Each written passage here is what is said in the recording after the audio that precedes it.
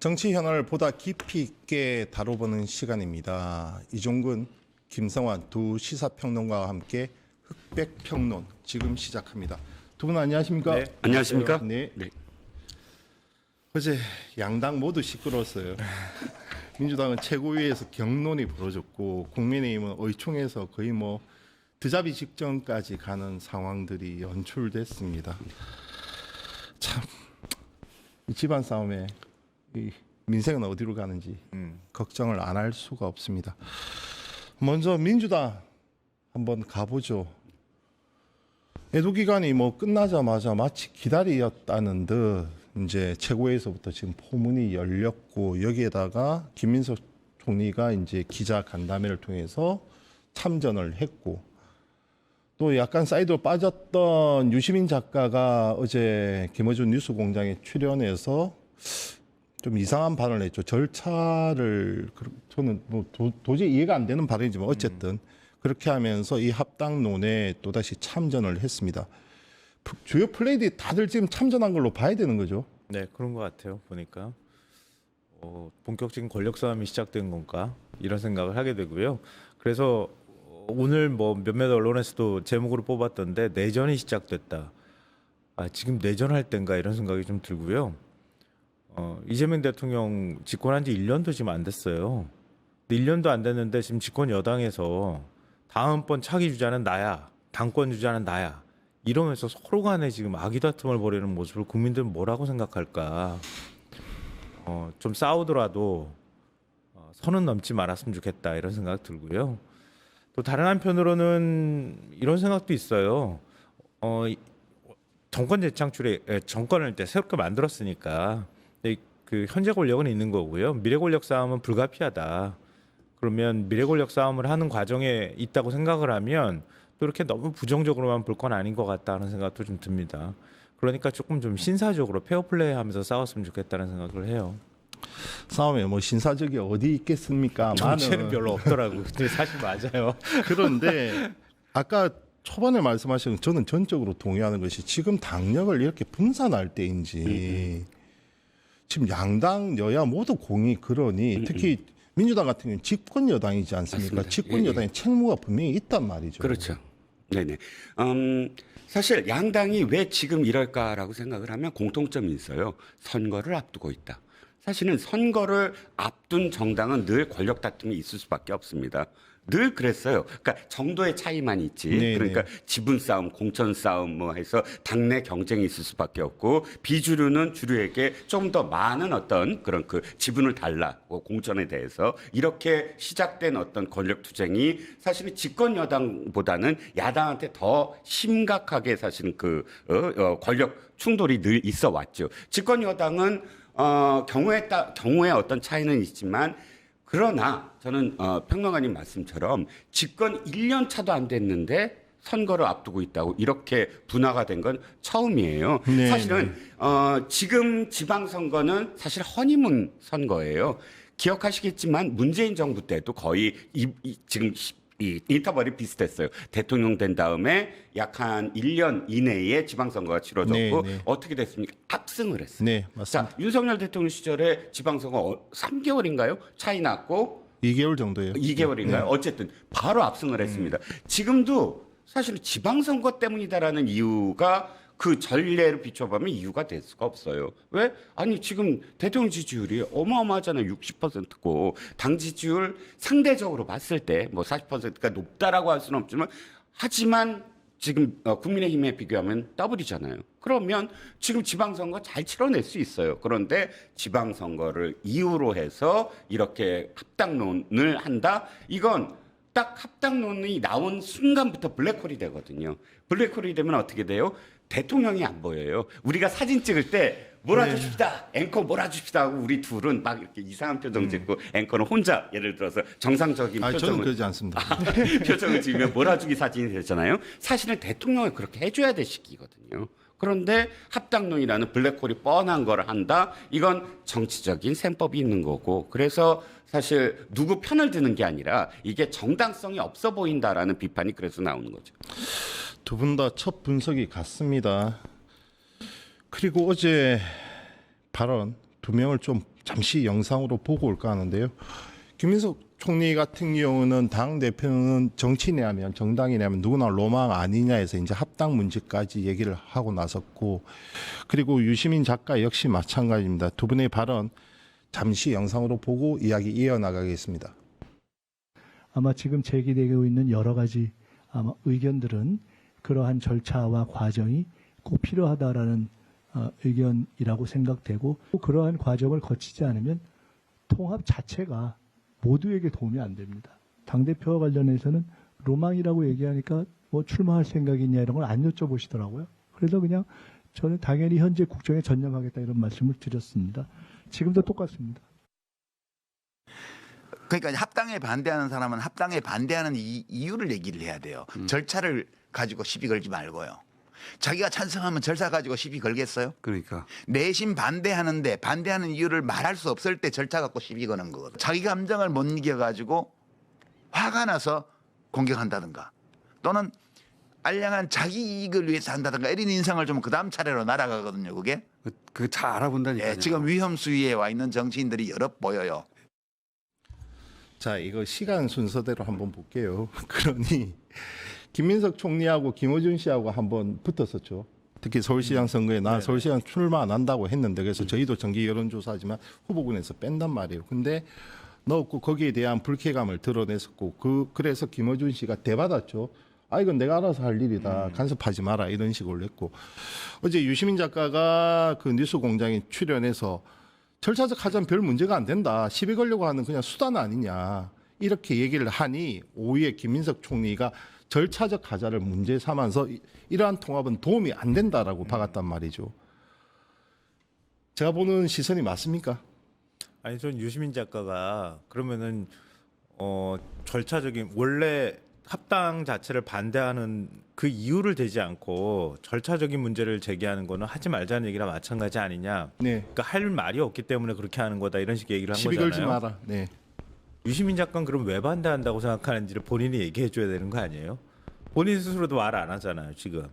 그러니까 지금 왜 반대 진영에서 반대한다고 보는지, 지금 이 시점이 아니라고 보는지에 대해서 유시민 작가가 스스로 말을 해야죠. 그렇다면. 그러니까 아마 친문에 대한 거부감, 그리고 이재명 대통령이 그리고 친문이라고 하는 게 결국 뭐 윤석열 정권을 만들었다고 하는 책임론, 그거하고도 연결이 될 것 같고요. 그리고 나중에 정청래 대표가 연임에 도전을 할 때 일종의 친문 쪽 성향을 가지고 있는 당원들이 일정하게 역할을 한다고 하는 게 지금 미략설이잖아요. 네네. 뭐 그런 부분들, 그리고 이른바 더 길게 가면은 대권까지 바라볼 때 조국 대망론, 뭐 이런 거하고 지금 연결이 되는 거잖아요. 근데 누가 어디서 그런 예측을 누구 머릿속에서 다 내놨는지 모르겠지만 지금 다 터져나와 버린 상황이잖아요. 네네. 그러니까 이런 상황에서 합당이 아주 순결해 보일까? 그렇게 보이지는 않을 것 같거든요. 어쨌든 권력이라고 하는 게 권력 싸움을 통해서 권력을 획득하는 거라고 하면, 그럼 지금 그 과정에 놓여 있는 건데, 그러면 최대한 당대표가 합당을 추진한다고 하면 그런 오해를 불식시켜가는 소통의 과정이 있다거나, 아니면 그것들을 다른 사람들이 의심하지 못하도록 하는, 또 의심을 한다 하더라도 최소한 그 의심의 목소리를 내지 못하도록 하는 절차적 합리성을 만들어가는 게 매우 중요하잖아요. 네네. 근데 지금 그게 빠져있다고 지금 지적을 하는 거거든요. 그러니까 궁극적인 목적으로 예를 들면 민주당하고 조국혁신당은 함께 갈 수밖에 없는 정당이야, 그걸 부인하는 사람은 아무도 없단 말이에요. 네네. 근데 유시민 작가 왜 저런 식으로 얘기를 끌고 갈까? 저는 조금 동의하기 어려운 논리예요. 기본적으로 절차적 정당성이 결여된 목적을 우리는 좀 나쁘게 보지 않습니까? 지켜야 될 절차라는 것이 있고, 그것을 통해서 정당성을 확보하고, 그것을 통해서 명분을 갖추고 목적을 추구하지 않습니까? 말씀하셨듯이 가장 중요한 건 이거죠. 정당 민주주의가 가장 중요해요. 한 정당 안에서 자신들의 어떤 그 내부적인 갈등을 어떤 식으로 민주적인 절차에 의해서, 과정에 의해서 결론을 낼 수 있느냐가 전체 정치의 어떤 민주화의 초석이 되는 거거든요. 네. 그래서 초등학교 때부터 이제 정당에 대해서 가르치고 하는 거죠. 말씀하셨듯이 과정의 민주주의가 결과를 담보한다고 저는 생각을 해요. 네네. 그런데 지금 절차적 하자가 딱 이거예요. 자, 봅시다. 지금 당대표가 최소한 최고위를 뽑고 중앙위원이 있고 이런 어떤 중간에 그러니까 모든 거를 당원들한테 묻지 않고 이런 대의 기구들이나 최고 의결 기구를 둔 건 충분히 수기하라는 뜻이거든요. 안 그러면 최고위원 필요 없어요. 당 대표가 혼자서 내가 생각하고 있는데 이거 한번 해보자. 그러고 당원들한테 한번 물어봐요. 지금 패턴이 딱 그렇잖아요. 최고위원들 아무도 몰라. 네네. 근데 갑작스럽게 합당하자 그러고 이게 우리한테 물어봤어 했더니 당원들한테 물을게. 이건 민주주의가 아니에요. 자, 한 가지만 더. 그런데 이렇게 생각합시다. 당원들한테 묻는 건 이거잖아요. 조국당과 민주당의 합당을 찬성하십니까? 이거 물을 거잖아요. 그런데 그 다음에 협상이 들어가요. 그래서 예를 들어서 당명 바꾼다든지 조국 대표를 다 공동 대표를 한다든지 이런 협상 다 끝나면 예를 들어서 합당을 찬성한다는 당원들 중에 난 그건 반대세. 어떻게 그렇게 할 수가 있어? 라는 의견들은 완전히 없어져요. 반영이 안 되잖아요. 가부간에 묻게 된다. 그러니까 이 합당을 물으려면 어떻게 해야 돼요? 최고위원들과 수기가 끝나고 협상 다 끝난 다음에 이런 식으로 우리가 합당을 한다라고 표결에 붙이면 그 다음에 당원들은 자기 의견을 말할 수 있어요. 그런데 지금 뭐 생각나는 대로 내 의견이 이거니까 다른 사람들 의견 필요 없어. 당원들한테 물을게. 이게 직접 민주주의가 아니거든요. 예. 아니 근데 앞으로 향후 절차는 당내당 통합을 할 것인지, 뭐 흡수 통합을 할 것인지, 당명을 유지할 것인지 말 것인지, 뭐 이런 부분에 대해서 아마 같이 테이블에 올려놓고 표결에 붙여야지 맞는 거지. 뭐 그냥 당원들한테 우리 합칠까요, 말까요 이렇게 물어보는 건 말이 안 되는 자, 거고요. 이렇게 한번 이야기를 전개해 가보죠. 그러면 김민석 총리의 참전, 여기에는 김민석 총리만의 결단이 있었는지 아니면 대통령의 의중이 있다고 보이는지 그거 첫 번째 하나 묻고요. 그러면 두 번째, 정청래 대표는 계속해서 고를 할 것이냐? 계속해서 갈 것이냐? 예, 강행을 할 것이냐?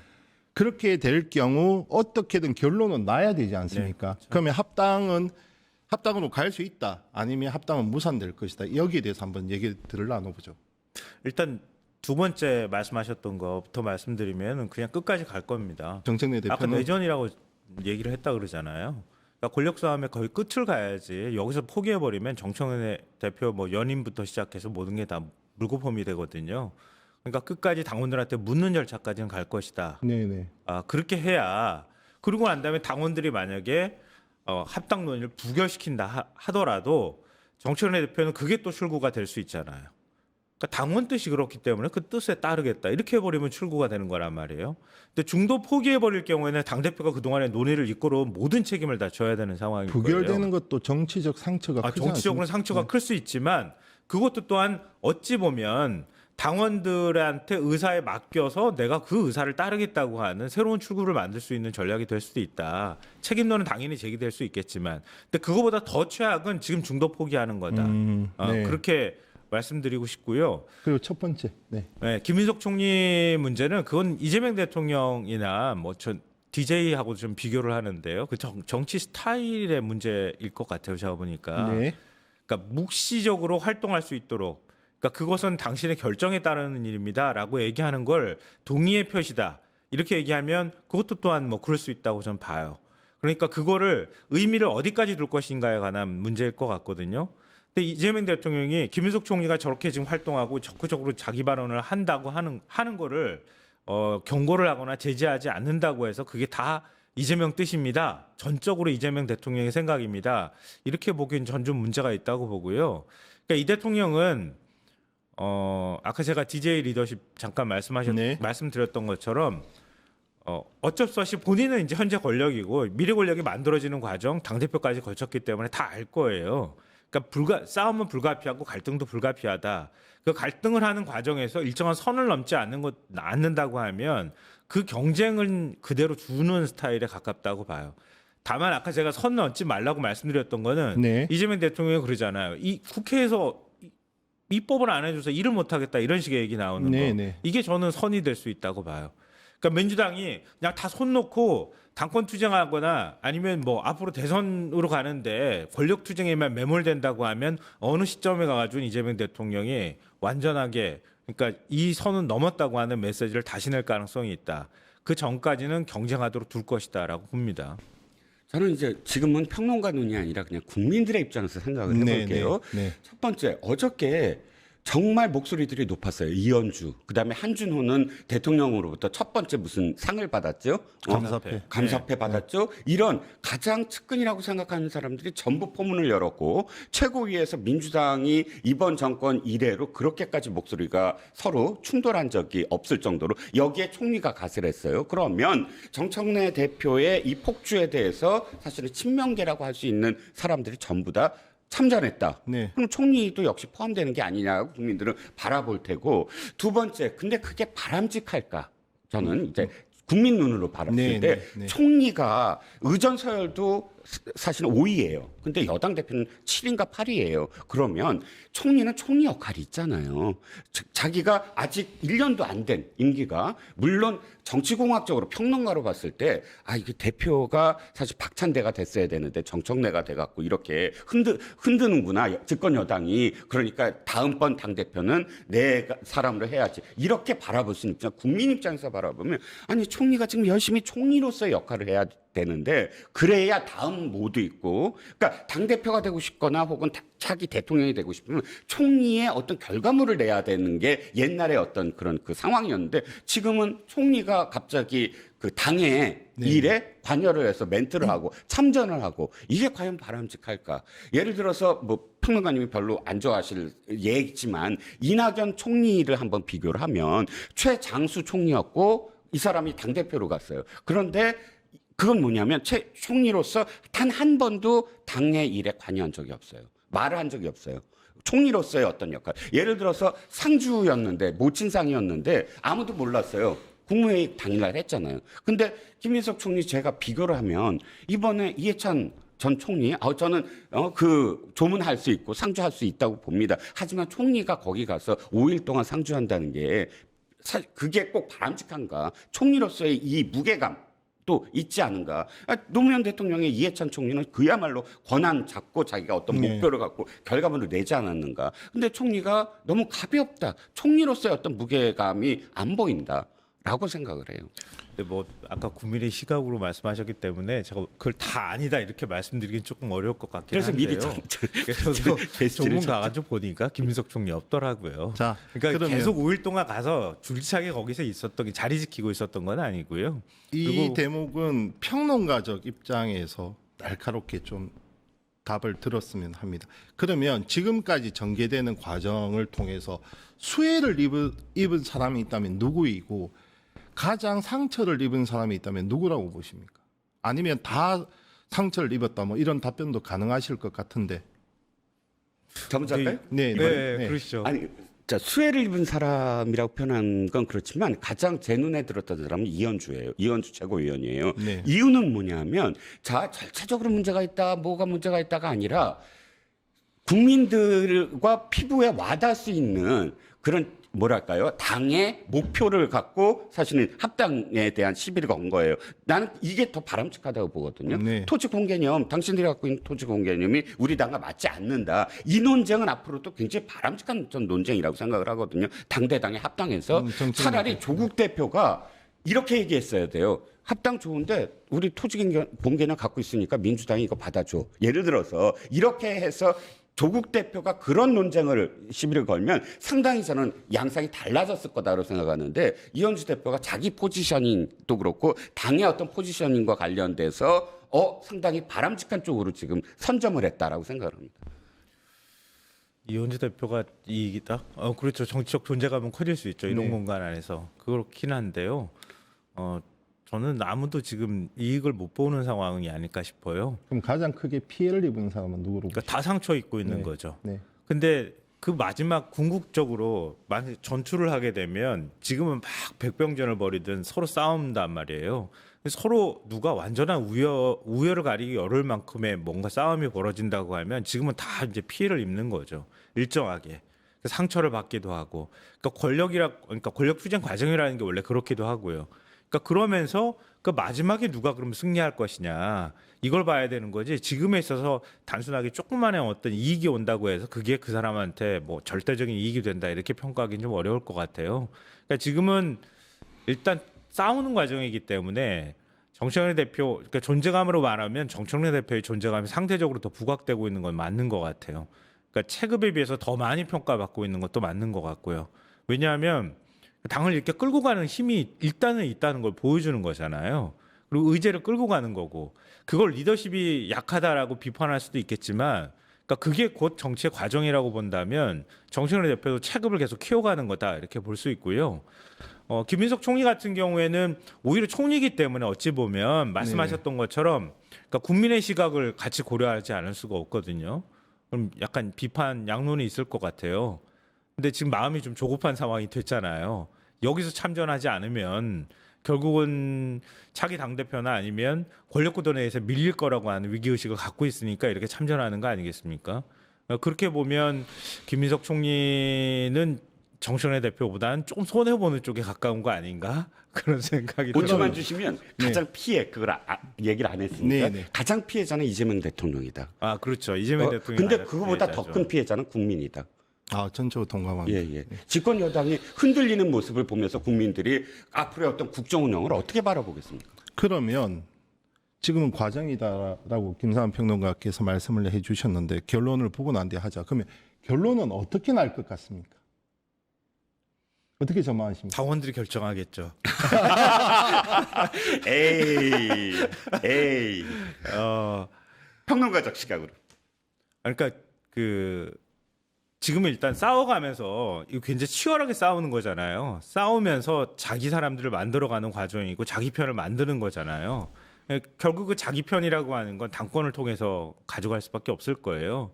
그럼 차기 전당대회가 아마 제일 치열할 거거든요. 네네. 차기 전당대회에서 승리하는 사람이 결국 가져가는 거죠. 그건 차기 전당대회에서 승리하는 사람이 총선 공천권까지 가져갈 수밖에 없는 거니까. 그러니까 그런 면에서 지금 더 치열하게 지금 싸울 수밖에 없는 거잖아요. 그러니까 앞서 제가 말씀드렸던 것처럼 경쟁하라, 싸워라. 이건 불가피한 정치의 과정이기도 하다. 다만 아까 이재명 대통령 가장 큰 피해자라고 말씀하셨잖아요. 이재명 대통령이 피해보면 국민도 피해본다고 하는 논리로 연결이 되니 지금 지방선거 앞두고 난 다음에 이렇게 싸우면은 싸울수록 이게 싸움이 깊어지면 깊어질수록 지지율이 떨어질 거예요. 그걸 의식하면서 싸워라 제발 부디. 그렇게 하면 선거도 망치게 되거든요. 그러니까 지금 정청래 대표도 이거 질질 끌어가지고 내가 끌수록 유리하다거나 이런 판단 절대 하지 않았으면 좋겠다. 그래서 오늘 이제 중앙위 결과가 나오잖아요. 1인 1표제에 대해서. 이 나오는 게 일단은 싸움을 뭐 격화시키는 방향으로 갈 수 있을지 모르겠지만 그래도 뭔가의 판단을 받는 거니까 판단에서 상호 간에 약간의 출구를 만들 수 있는 여지가 생기기 때문에 오늘 중앙위 투표 결과를 보고 좀 승고리를 하면서 싸웠으면 좋겠다는 생각을 해요, 저는. 이 당의 가장 큰 문제는 이거예요. DNA가 늘 이런 거를 반복해 왔다는 거예요. 저는 자꾸 노무현 정부가 떠올라요. 노무현 정부 탄핵 후폭풍으로 탄도리라고 표현되는 108명의 정치 신인들이 들어오고 그 당시가 152석인가 열린 절대 운동, 다수 열린 운동이 절대 과반을 넘었죠. 그런데 그다음 과반 넘은 다음에 어떻게 됐습니까? 노무현 대통령의 후폭풍으로 됐는데 노무현 대통령을 떠받치는 게 아니라 속속 뭐 한미 FTA 잘못됐어, 이라크 파병 잘못됐어, 강정마을 잘못됐어 하면서 뒤흔들고 여당이 대통령을 뒤흔들니 어떻게 됩니까? 지지율 떨어지니까 탈당해라. 라고 나오고 아예 열린우리당 의장인 정동영 의장이 청와대 뛰쳐들어와갖고 막 고함 지르고 이병환 비서실장이 살모사 정치냐라고 이야기하고 그러자 바로 정동영 의장의 오른팔인 정청래 의원이 밴댕이 소갈딱지 청와대다라고 얘기하던 그 시절이 뭐 이렇게 리얼하게 다 아니 있는 워딩들이 다 공식적인 워딩들입니다. 저도 새록 기억이 납니다. 다 공식적인 워딩이에요. 그런데 국민들이 제가 불안하다는 건 뭔지 아세요? 그게 이번 그 전당대회 맞아요. 이후에 똑같이 되풀이될 거다. 권력이 미래 권력으로 가버리면 이 당의 DNA가 똑같이 발휘될까봐 그게 걱정이 나는 거죠. 그 굉장히 뼈아픈 말씀이세요. 굉장히 뼈아픈 말씀이시고요. 그냥 짧게만 덧붙이면은 어디로 향하는 권력 투쟁인가? 내가 권력만 잡으면 된다고 하는 거기에 함몰되면 안 된다. 그걸 놓치면은 권력을 잡는 게 의미가 없잖아요. 그러니까 자기 집을 허물어 버리면 그 다음도 없는 거잖아요. 자칫 집안 싸움을 하다가 집 허물어서 패가 망신당하는 경우 있다. 그걸 좀 기억하고 싸워야 한다. 근데 지금 가는 양상은 죽기 살기식으로 가는 양상으로 자꾸 흘러가고 있거든요. 그러니까 그 자제력을 발휘하지 못할 경우는 굉장히 위험할 수 있다고 봐요. 그러니까 다 만들어 놓은 다 된 밥에다가 콧 빠뜨려 가지고 이번 선거도 망칠 가능성이 있어요. 그러니까 국민의힘이 지금 보고 있는 거 아니에요? 네네. 호시탄탄 기회 노리고 있는 거고 장동윤 대표 윤어겐 이제 없어. 그냥 윤석열 어차피 2월 19일 날 선거 나오면은 어차피 그냥 가는 사람이야. 나는 앞으로만 갈 거야. 이렇게 얘기하고 있단 말이에요. 이게 전혀 안 먹힐 것 같아요. 국민한테 먹혀요. 계속 가다 보면 민주당이 지금 국민의힘이 저 지경이 되니 민주당이 이렇게 싸울 수도 있다는 생각을 해야 돼요. 그러니까 이거를 잊어서는 안 된다. 그러니까 민주당에서 의원들이 죽기 살기로 싸우는 거 뭐 경쟁하는 것까지는 괜찮지만 자기 집까지 허물면서 이렇게 싸우진 않았으면 좋겠다. 특히 이재명 대통령을 좀 보면서 싸우라는 말을 해주고 싶어요. 제가 조언을 하나 하면 그 국민의힘은 지금 고성욱 TV가 문제잖아요. 막 전두환 용정 건다. 좀 멀리 해야 되잖아요. 윤석열 똑같이 사진도 건다 민주당도 김어준 뉴스공장을 좀 멀리 하셔야 된다. 어저께 딱 유시민 평론가 불러서 뭐라 그랬습니까? 유시민 평론가가 옛날에 김민석 총리를 어떻게 평한지 아세요? 책이나 봐라. 라고 얘기했어요. 왜 그때 쭉 그 민주당 인물들 하나씩 다 평했잖아요. 근데 김민석 그 총리를 그렇게 얘기했어요. 책이나 보라고. 그러고 어저께 조국 전 장관은 뭐라 그랬습니까? 대통령이 되려면 합당에 적극적이어야 된다. 아예 속내를 김어준과 유시민은 드러냈잖아요. 정청래 대표를 이용해서 지금 합당을 해갖고 조국을 대통령 만들자. 아예 저렇게 분열적인 이 어저께 발언은 거의 민주당을 분열시키겠다라는 발언으로 전 들리거든요. 유시민 작가 책이나 좀 더 많이 쓰시지.